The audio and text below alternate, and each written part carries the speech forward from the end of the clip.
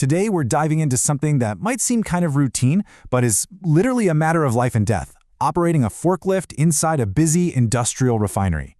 When you picture a refinery, you probably think of towering pipes, massive storage tanks, just endless activity everywhere. And right in the middle of all that chaos is the counterbalance forklift. It's constantly moving loads, rotating bins, and loading trucks. But here's the reality: operating heavy machinery in that environment is incredibly high stakes. So we're going to break down the official Job Safety Analysis, or JSA, for site-wide forklift operations. Think of this as your survival guide to the core forklift safety rules. To really understand why these rules are as strict as they are, take a look at the risk rating matrix used in the JSA. This is literally how the site measures danger. And notice the language in the consequence column. It absolutely does not sugarcoat things. We aren't talking about getting a scraped knee here. We're looking at major, meaning extensive injury, like the loss of a limb, and catastrophic, which simply means death. The rules we're unpacking today exist for one reason and one reason only: to prevent those two rows from ever becoming a reality.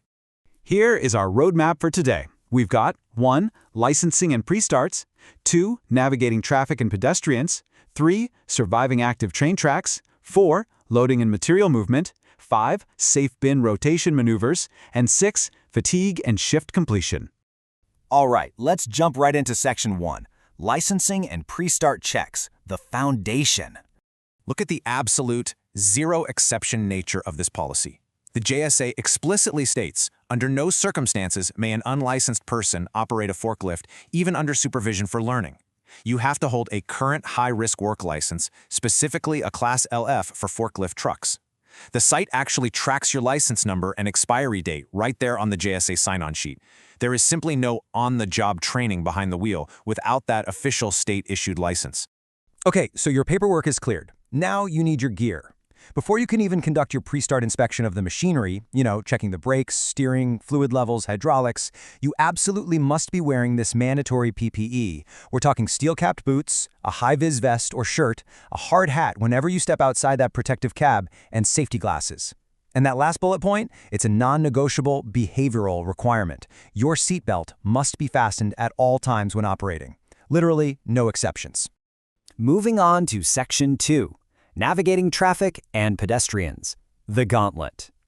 Out on the floor, your rules as an operator are highly restrictive. You're capped at a crawl, basically just 5 kilometers per hour in pedestrian areas. You've got to sound your horn at blind corners, and your forks have to be lowered to just 150 to 300 millimeters above the ground while you're traveling. But check out the pedestrian right-of-way. Pedestrians rule the floor. If a person is within 5 meters of your travel path, you have to come to a complete dead stop. And you cannot move again until you make direct eye contact with them. Then there's the massive danger of going backwards. 360. That is the exact number of degrees you have to visually check before reversing. A lot of modern forklifts have reversing cameras and proximity sensors, which is fantastic. But the JSA is crystal clear here. Those technologies are just secondary aids. They are absolutely not a substitute for a physical, 360-degree visual check over your shoulder. But hey, sometimes a visual check just isn't enough because your load or the site infrastructure is blocking your view. When that happens, a trained spotter is totally mandatory.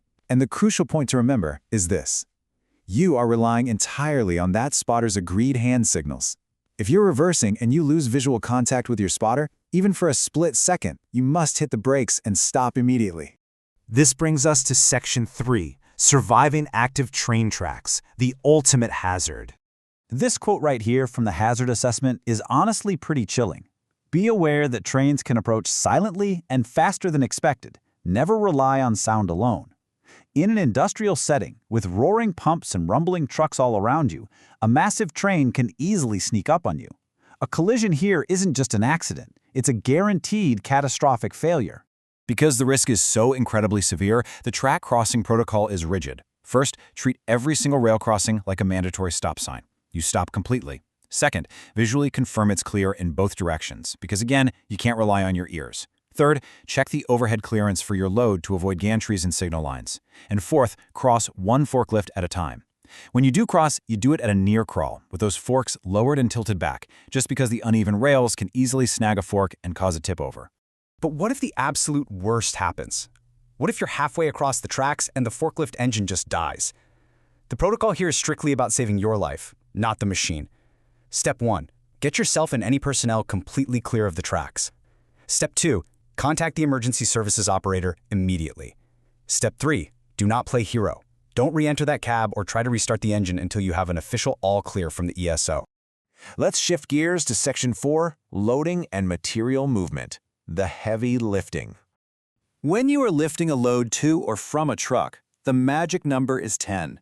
That is a 10-meter exclusion zone that you, as the operator, must verbally establish and enforce around your active lift zone.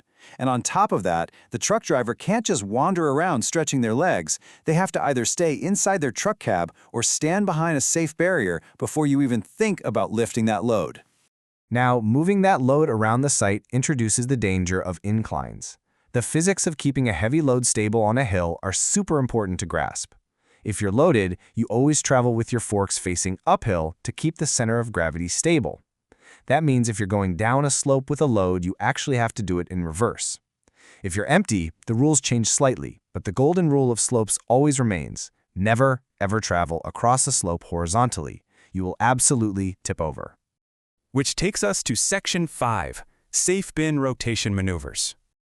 Bin rotation is one of the most complex things you'll do because the center of gravity shifts dramatically while the bin rotates, so the procedure has to be exact.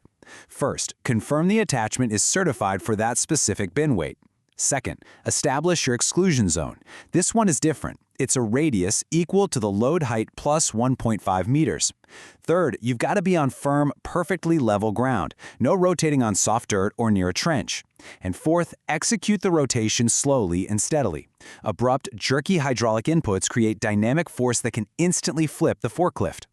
And if it does start to tip, your human instinct is going to scream at you to jump out of the falling machine, but the rule is the exact opposite. Stay in the cab, brace yourself, and do not jump. The forklift has a rollover protective structure, basically a heavy metal cage designed to protect you. If you try to jump out, you're highly likely to be crushed by the overhead guard as the machine hits the ground. Staying seated and braced is literally how you survive.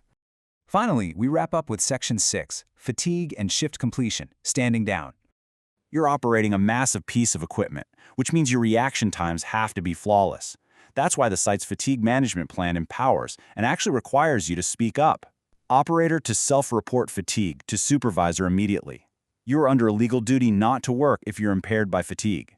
If you're too tired to maintain that 360-degree awareness, you have to step down. Okay, shift's over, time to park. But you can't just leave the machine anywhere. You have to follow the shift and parking protocol to protect the next shift. Park in a designated flat area. Lower the forks fully to the ground and tilt them forward so they aren't a tripping hazard.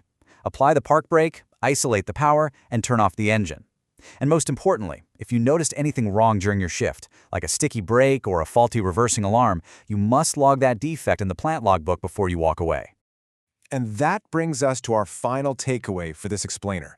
We've spent a lot of time looking at ways to mitigate high and medium risks. But what happens if a control fails or a hazard is just too great? Well, the JSA defines a critical risk rating.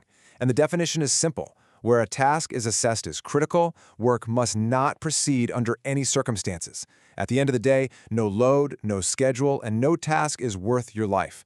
If it can't be done safely, it doesn't get done. So, are you ready to take these zero-exception rules onto the floor?